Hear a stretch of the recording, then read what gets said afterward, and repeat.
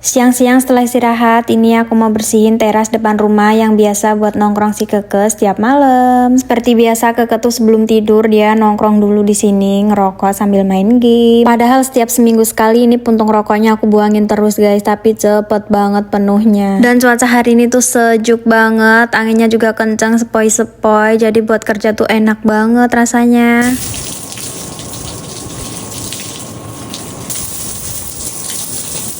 Dan ini aku nyikatnya nggak pakai sikat lantai ya guys, ini aku gosok pakai yang biasa buat nyuci panci gosong itu, spons kawat. Karena ini tuh beneran kayu guys lantainya. Biasanya aku kalau nyikatnya pakai sikat lantai itu kurang bersih, hitam-hitam gitu. Dan ternyata pas aku coba nyikatnya pakai sikat kawat ini lebih bersih menurut aku guys. Setelah selesai gosok lantainya, langsung lanjut aku mau bersihin kaca sekalian.